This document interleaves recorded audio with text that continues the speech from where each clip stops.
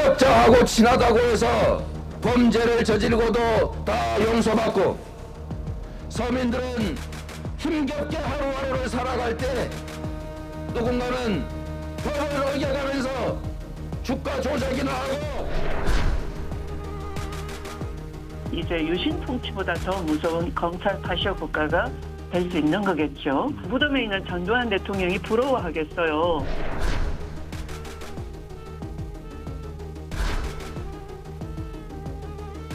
(3억 5천) 일당이 1조 원 가까이 청겨가는 이런 개발 사업이 도대체 지구상에 어디 있습니까, 여러분?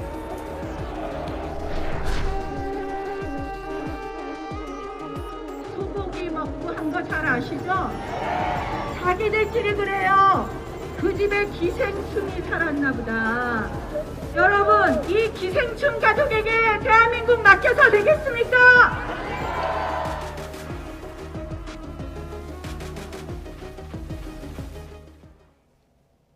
네, 제목이 비호감 경쟁 언제까지라고 되어 있는데 일단 후보별로 좀 보도록 하겠습니다. 이재명 후보, 윤석열 후보를 향해서 이른바 본부장, 본인, 부인, 장모에 대한 의혹을 집중 공세하면서 윤석열 후보를 정면 겨냥하고 있습니다. 네, 그렇습니다. 일단 어느 정도는 본부장 리스크가 해소가 됐다라는 평을 또 받은 시점이 있었어요. 장모가 2심에서 무죄 판결을 받으면서 아직 이 대법까지는 남아있지만 대법의 어떤 판결은 투표일 이후로 될 그 가능성이 높지 않습니까? 네. 그렇게 되고 또 도이치모터스 사건과 관련해서 새로운 어떤 보도가 나왔다고 하더라도 그것이 직접적으로 주가 조작의 공범이다거나 주범이라는 어떤 증거가 아직 확실하게 나오지 아니한 어떤 상황, 이런 상황 속에서 이재명 후보가 어느 순간 이제 네거티브 공방을 함께 중단하자라고 선언한 이후에도 사실상 민주당의 어떤 선거 전략은 네거티브로 흐를 수밖에 없는 상황은 제가 보기에는 이 35% 내외에서의 박스권이 너무 오래 지속이 되는데 네.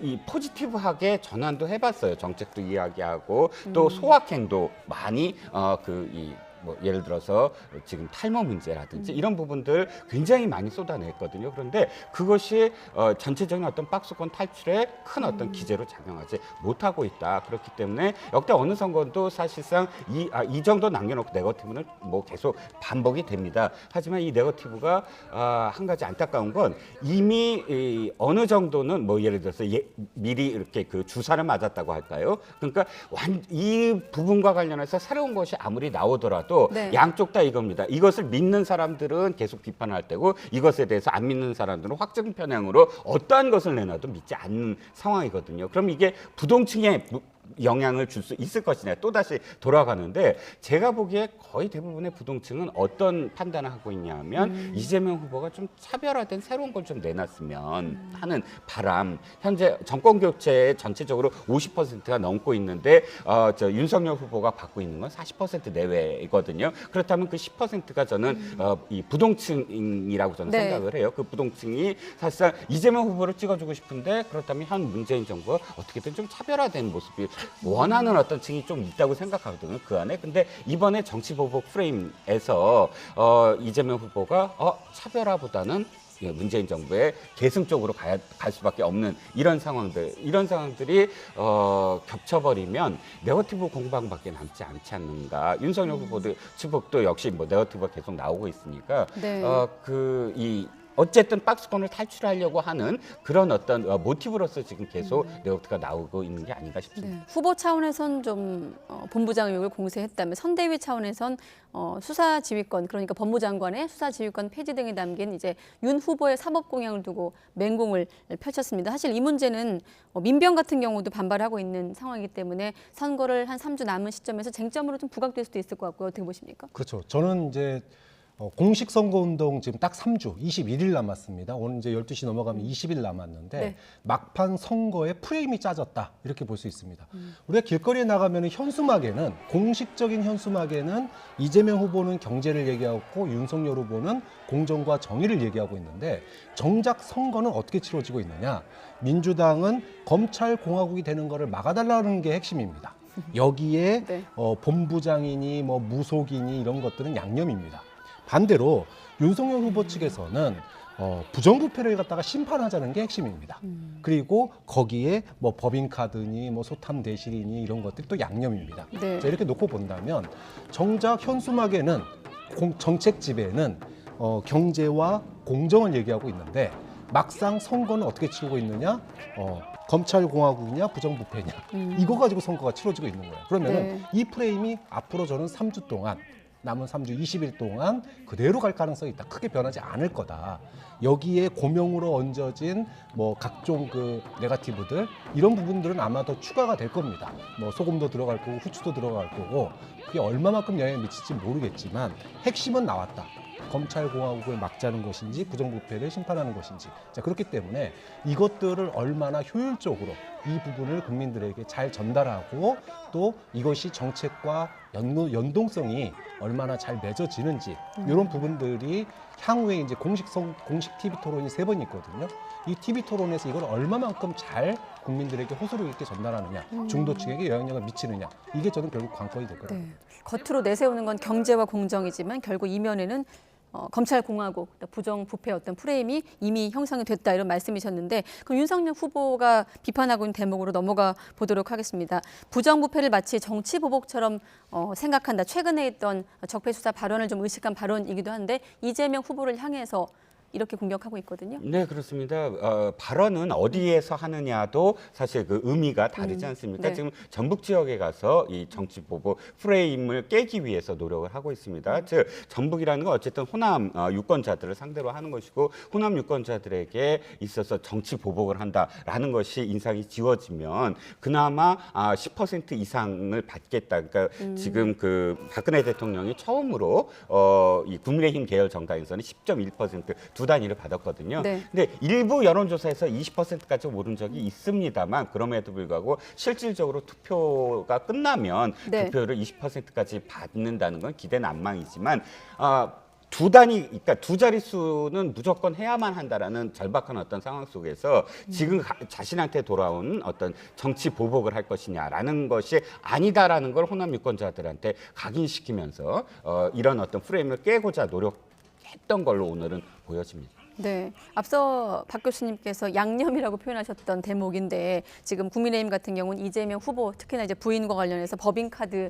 결제 내역 확보도 공격을 하고 있고 그러니까 이제 업무 추진비를 정상적으로 쓰지 않았다라는 논란을 말하면서 이준석 대표 같은 경우는 소탐대실이라는 표현을 쓰기도 했고 앞서 영상 속에 나경원 전 의원 같은 경우는 기생충 가족이라고 했네요. 이런 식으로 네거티브로 좀 번지고 있습니다. 그렇죠. 이제 이거는 계속 나오게 됩니다. 그러니까 후보 본인이 직접 얘기하지는 않죠. 하지만 선대본 차원에서 이 부분은 지속적으로 시리즈로 계속 내보낼 거예요. 그러니까 지금 민주당도 도이치모터스 관련돼서 뭐 계좌 추가로 나온 거라든지 그다음에 무속 논란을 갖다가 계속 지금 시리즈로 계속 추가적으로 내놓지 않습니까? 네. 국민의힘도 거기에 맞대응하는 겁니다. 똑같습니다. 그래서 법카나 뭐 그다음에 뭐 기생충 또는 뭐 이번에는 이제 업무 추진비까지 이제 이재명 성남시장 시절에 업무 추진비까지 이제 통계를 내 가지고 또 이야기를 하고 있는데 네. 이 부분은 저는 뭐 끊이지 않을 거다. 기본 이유는 똑같습니다. 자, 그렇기 때문에 이 부분에 이제 웬만큼 큰 게 나오지 않으면은 국민들은 이미 워낙 많이 나왔기 때문에 앞으로도 또 나오겠지만 다 거기서 거기인 이야기들이 나올 테니까 뭐 특별하게 이것이 지지율에 큰 영향을 미치지는 않을 거다. 그런 점에서 전 본 프레임이 결국은 검찰공화국과 부정부패 심판 이 두 개가 본 프레임이고 나머지는 거기에 이제 고명 정도라고 될 거라고 역할을 할 거라고 봅니다. 네. 자, 이번엔 광고 영상 얘기로 넘어갈 텐데 사실 뭐 최근에 어떤 코로나 국면 속에서 비대면 시대이기 때문에 아무래도 영상이 주는 좀 의미가 남다를 것 같기도 하거든요. 어떤 영상을 좀 각 후보들이 준비했는지 한번 보도록 하겠습니다. 60초 광고 전쟁 한번 보시죠. 이재명을 싫어하시는 분들께 이재명은 말이 많아서 공격적이라서 어렵게 커서 가족 문제가 복잡해서 압니다. 죄송합니다. 하지만 한 번 더 생각해 주십시오. 누군가 말했습니다. 이재명은 흠이 많은 사람이 아니라 상처가 많은 사람이라고. 그의 상처 대부분은 약자 편에서 싸우느라 생긴 것이라고. 세상에 혼자 크는 사람은 없습니다. 누군가의 믿음과 응원으로 우리 모두는 성장합니다. 윤석열은 국민께서 키워주셨습니다. 네, 민주당 같은 경우는 이재명을 싫어하는 분들께라는 제목으로 영상을 공개했고 윤석열 후보는 방금 보신 대로 국민이 키운 윤석열을 강조하는 영상을 준비했습니다. 좀 합쳐서 질문 드리면 어떻게 각각 평가하십니까? 일단 이재명 후보의 그 광고는 굉장히 공격적으로 느껴져요. 왜 공격적이냐면 사실 보통은 우리가 기억나는 어떤 그 대선 광고 있으십니까? 저는 사실 노무현 대통령의 눈물이 가장 기억이 납니다. 굉장히 감동적이었고요. 특히 이제 카피가 생각이 나요. 노무현 후보의 눈물이 대한민국을 바꿉니다. 즉, 이 노무현 대통령이 그때 상록수를 부르면서 흘렸던 눈물과 그 대한민국을 바꾼다는 그 카피가 딱 어울리면서 여운이 굉장히 남았거든요. 네. 그런데 지금 이재명 후보는 감동이라든지 물론 7편 정도를 한다니까 앞으로 더 많이 남아있겠습니다만 첫 편부터 자신이 지금 받고 있는 안 좋은 이미지들을 다 모아놨어요. 아주 공격적으로. 대개는 이게 이제 프레임 이론이라고 해서 이것을 언급하면 도리어 불리해진다라고 해서 회피하는데도 불구하고 그런 단점들을 다 열거한 다음에 그것을 반전시키는. 이를테면 털고 가자 이런 그렇죠. 개념 아닐까요? 어떤 의미에서는 제가 딱 떠오른 게 박근혜 후보 시절에 맨날 수첩 갖고 쓴다라는 비판을 받자 자기의 그 프로필 그러니까 SNS 명을 수첩공주로 아예 바꿔버려요. 그러니까 비판받는 대목을 도리어 거꾸로 역공을 하는 거죠. 그러니까 이재명 후보도 역시 그렇게 해서 털고 가겠다. 그러니까 자신의 어떤 비판적인 이미지를 털고 가겠다라고 지금 공격적으로 한 거고 공과야 이제 앞으로 봐야죠. 다음 시리즈가 또 어떻게 연결이 될지. 그다음에 윤석열 후보는 아이를 등장을 시켜서 아이가 손을 먼저 잡아요. 손을 딱 잡고 즉 국민이 뭐 키워줬다, 선택했다 이런 어떤 이미지를 보여주면서 나중에 무릎을 꿇고 아이를 바라보는데 아이보다 눈이 더 낮아요. 그러니까 아이를 높이 보는 어떤 그런 부분에서 아이라고 상징되는 어린이라고 상징되는 미래, 내일 뭐 그런 앞날 이런 것들 이런 이미지와 함께 그 미래를 내가 바꿔놓겠다. 그리고 지금 국민이 선택한 내가 미래를 바꾸겠다. 이런 카피하고 딱 그러니까 이미지를 연결시키는 그런 그 광고를 했습니다. 네. 요 다음 광고들이 어떻게 이어질지 모르지만 어쨌든 서로 굉장히 극명하게 대비되는 그런 컨셉으로 지금 서로 충돌을 하고 있습니다. 네. 이번 선거 역대 어느 선거보다 영상으로 좀 승부하는 측면도 있는데 교수님은 어떻게 보십니까? 지지율이 결국은 TV 광고의 컨셉도 정했다 이렇게 봅니다. 그러니까 지지율이 우위에 있었던 윤석열 후보 같은 경우에는 안정적인 그 지지율을 지키기 위한 광고예요. 그렇게 보면은 심판론. 기존의 심판론을 갖다가 감성적으로 접근하는 거거든요. 그 이상의 어떤 새로운 도전을 하지 않았습니다. 네. 반대로 급하게 지금 이제 맹추격을 해온 이재명 후보로서는 본인의 어떤 비호감에 대한 본질을 갖다가 돌파해야지 이 국면을 뒤집을 수 있습니다. 그렇기 때문에 조금 더 도전적인 방식으로 됐고 그것이 철저하게 비호감의 본질에 대한 솔직한 그 인정 그리고 중도층에게 호소하는 이런 방식으로 접근됐거든요. 네. 그러니까 이번 TV 광고는 결국은 이번 기회에 지지율을 갖다가 뒤집어 보고자 하는 이재명 후보가 좀 더 적극적이고 또 좀 더 비호감의 본질을 파고드는 그런 쪽을 좀 강조했다. 이게 좀 눈에 띄는 광고였다. 이렇게 평가하고 싶습니다. 네, 지금 온라인상에서 이제 각각 유세를 하고 있는 건데 이를테면 조금 짧게 몇 가지만 더 보도록 하겠습니다. 지금 이재명 후보 측 선대위에서 운영하는 그 서비스 플랫폼, OTT 플랫폼 이름이 재밍이에요. 명쾌한 인터뷰 영상도 화제인데 여기 안에서 이제 반말 인터뷰를 하면서 추미애 선대위원장과 또 송영길 대표의 또 발언도 화제가 되고 있는데 한번 준비해봤거든요. 반말로 이제 이재명 후보를 향해서 인터뷰를 한 건데 솔직한 마음을 좀 털어놨어요. 준비가 됐나요? 네.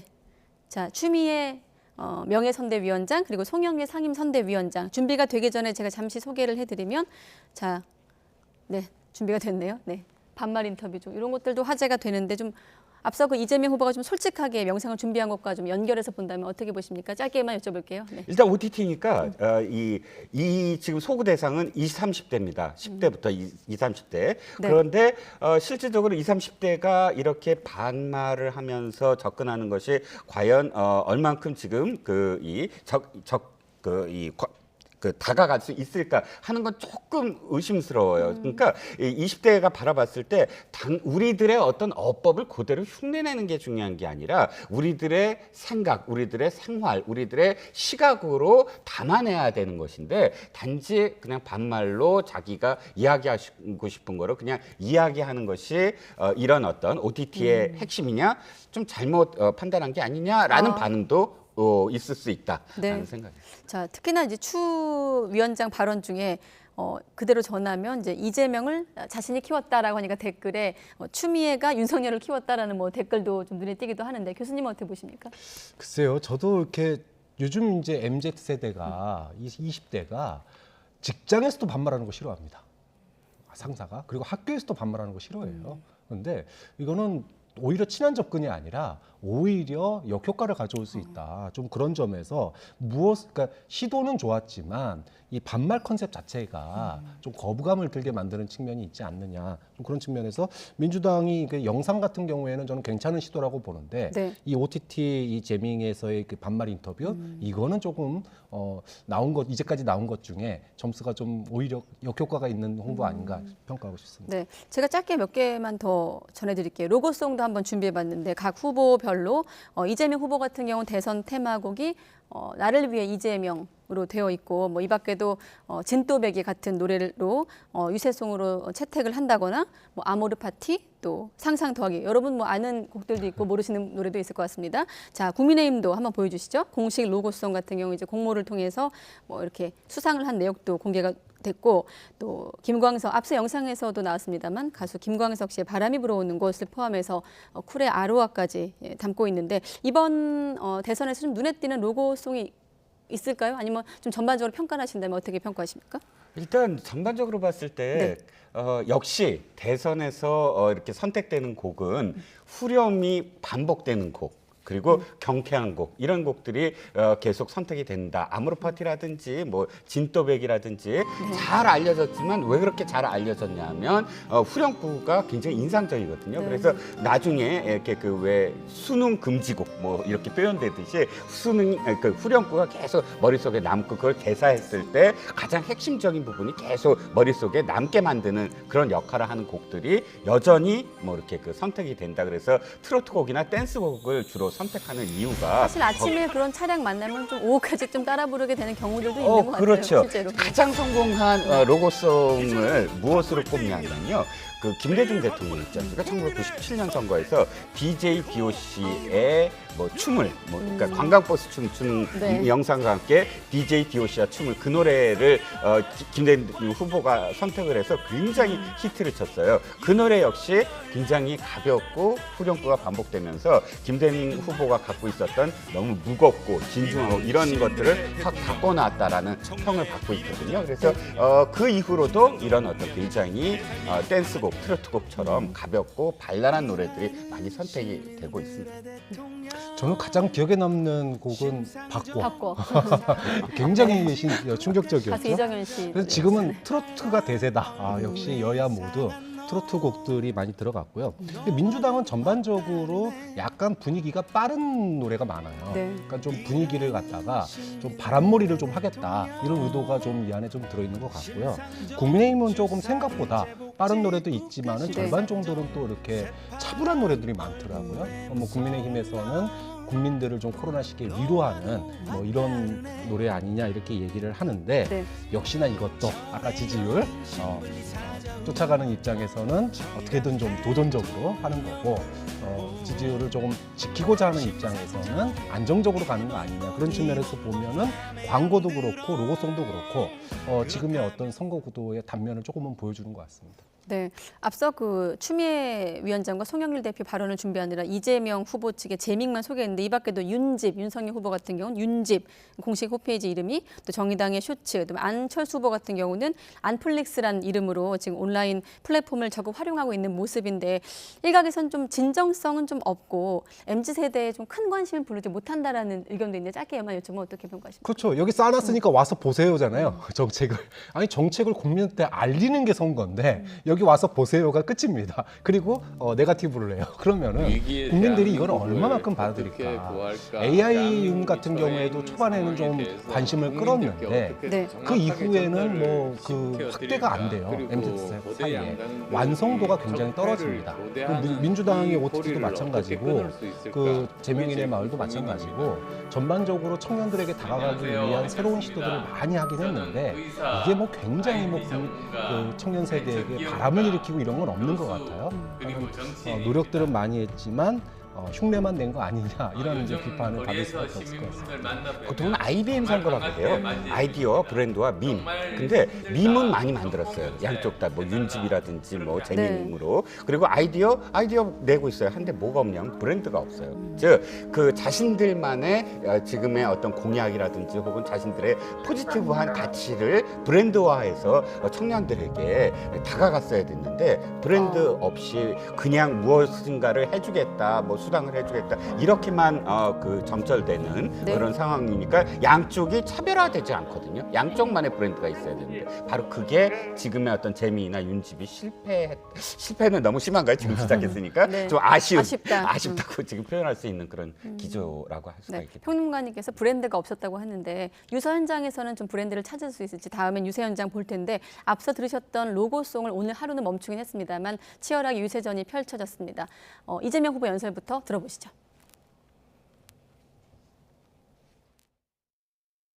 세상을 바꾸라고 준 힘을 사적 보복에나 사용하는 무책임함, 이런 것들은 부족함이 아니라 우리 공동체를 망치는 죄악입니다. 동의하십니까?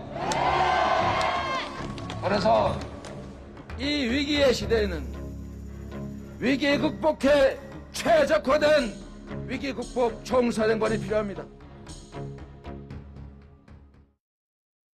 위기 극복 총사령관이 필요합니다라는 발언 들으셨는데 자 강남 잠실에서 젊은 층을 공략하면서 청년을 일단 강조했고 생애 최초 주택 구매자에게는 LTV를 최대 90% 적용하겠다라는 자영업자 2030 표심을 겨냥한 좀 발언들이 있었거든요. 어떻게 들으셨습니까?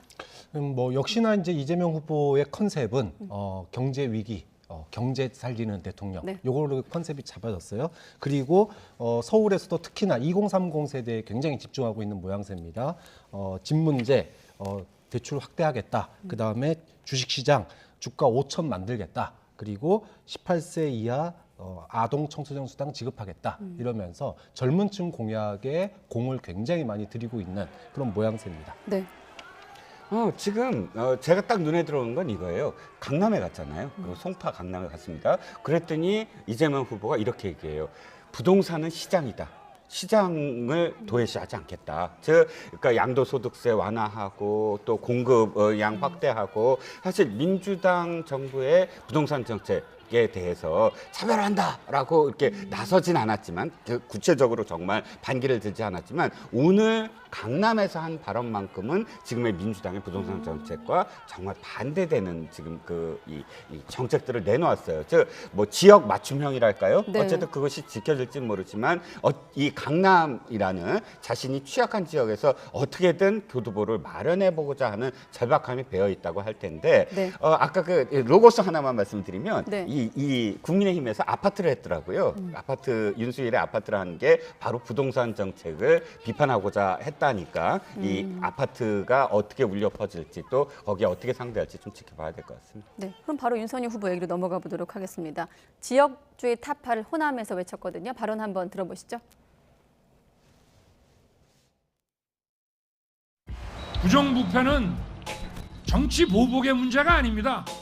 저 윤석열 그런 보복 같은 거 생각해 본 적도 없고 하지도 않을 것이니까 그런 엉터리 프레임으로 우리 위대한 국민 현혹하지 마십시오. 네, 방금 보신 발언 속에는 앞서 말씀드린 대로 정치보복 프레임을 좀 차단하기 위해 주력하는 모습이 보였고 또 5.18 민주화 운동을 언급하면서 민주주의를 전 세계에 알린 거사였다라는 표현을 하기도 했습니다. 호남에서 이제 지지율을 갖다가 올리기 위해서 노력을 많이 했는데 이게 과거에 이제 그 전두환 발언, 개사과 논란 이거를 얼마만큼 이제 회복할 수 있을까?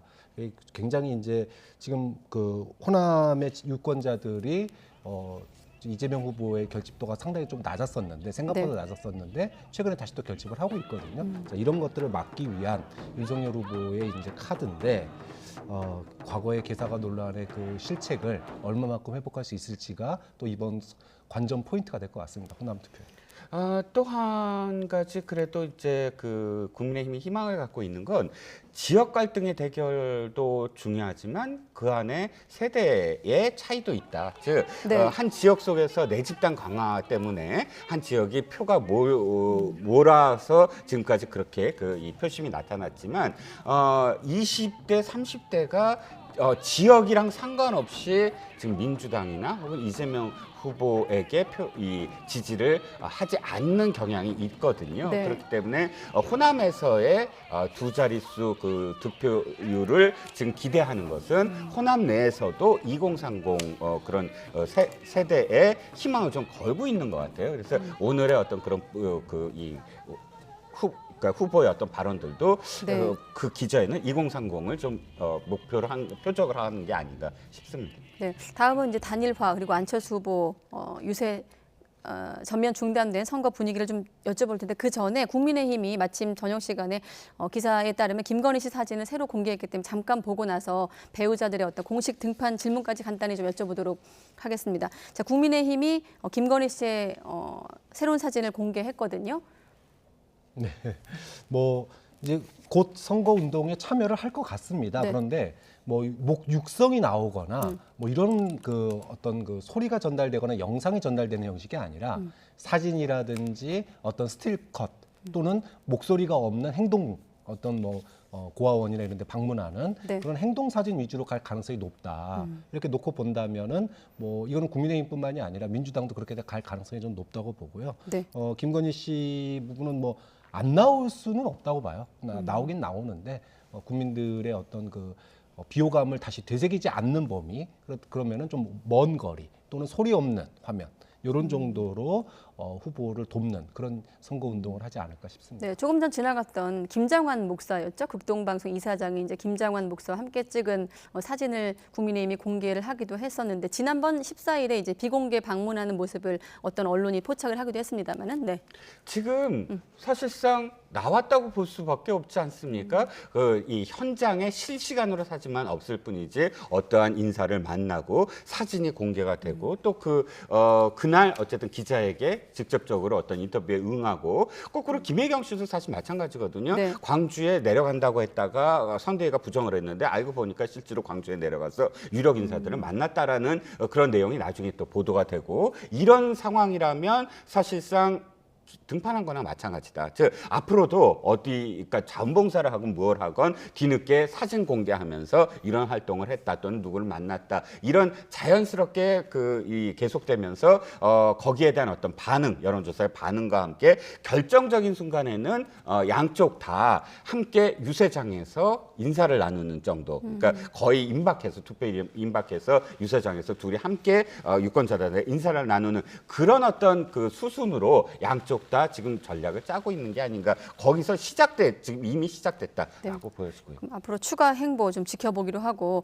자 끝으로 안철수 후보 여러 번 전해드린 대로 유세 차량 사고 예기치 못한 사고로 선거 운동이 전면 중단된 상태입니다. 일단 안철수 후보 앞으로 일정에 좀 차질이 불가피한 측면이 있는데 이 질문과 함께 또 단일화 또 사실 그 문제에 대한 논의도 잠시 중단됐거든요. 마침 또 윤석열 후보가 유세차 사고 관련해서 빈소를 조문을 했고 또 기자들 질문이 나왔지만 뭐 자리가 자리이니만큼 그런 대화는 좀 적절치 않다라고 답변을 한 부분도 기사로 올라왔고 뭐 이재명 후보가 조문한 부분도 있고요. 일단 좀 질문을 요약하면 안철수 후보의 이제 선거 행보 그리고 단일화 여부까지 좀 질문 드리도록 하겠습니다. 네, 원래 이제 안철수 후보가 2, 3일 안에 공개적인 답을 달라. 이게 애초에 요구 사항이었어요. 네. 그런데 이번 그 사고로 인해 가지고 이게 조금 미뤄지게 됐습니다. 지금 이제 안철수 후보의 선거 운동 자체가 아마 2, 3일은 돼야지, 주말쯤 돼야지 다시 재개가 될 테니까 네. 미뤄지게 됐고, 그렇게 본다면은 뭐 윤석열 후보로서는 시간을 번 측면은 괜찮지만 오히려 이제 이것이 선거 막판에 가면서 단일화가 정말 가능하겠느냐, 이 회의론으로 갈 수도 있거든요. 그럼 그런 측면에서 지금 이번에 그 예기치 않은 사고가 단일화에 득이 될지 실이 될지, 뭐 저는 단일화 가능성보다는 좀 더 좀 어떻게 보면은 또 어려워지는 측면이 있지 않냐 이렇게 보기도 하는데, 뭐 아무튼 지금 국민의힘의 반응은 여론조사 안 된다 이거 아닙니까? 그럼 네. 여론조사 아닌 다른 방식인데 그거를 안철수 후보가 과연 지금 받을 수 있을까? 좀 그 점에 대해서는 뭐 아직까지는 회의적인 것 같습니다. 고인이 되신 분들이 아직 장례식을 진행하고 있는 과정 네. 속에서 정치적인 어떤 득실을 따지는 건 그런 예의가 좀 아니라고 생각을 하고요. 어쨌든 우리가 정치적인 어떤 역사를 봤을 때 이런 것들이 계기가 돼서 도리어 서로 간에 뭐 조문을 하고 하는 네. 과정 속에서 서로 간의 마음을 또 터놓을 수도 있는 계기도 좀 될 수 있을 것 같거든요. 네. 그래서 어쨌든 좀 이 이후를 지켜봐야 될 것 같습니다. 네. 안철수 후보도 추목을 올렸습니다. 형언할 수 없는 마음에 눈물만 난다면서 저는 이 대목이 좀 주목되더라고요. 제대로 된 사고 원인 규명에 최선을 다하겠다는 말을 남겼기 때문에 뭐 사고와 관련된 내용도 그렇고 안철수 후보 앞으로의 선거 행보도 그렇고 추후 좀 지켜보면 되겠습니다. 박창환 장한대 교수, 이종근 시사평론가 두 분과 함께했습니다. 고맙습니다.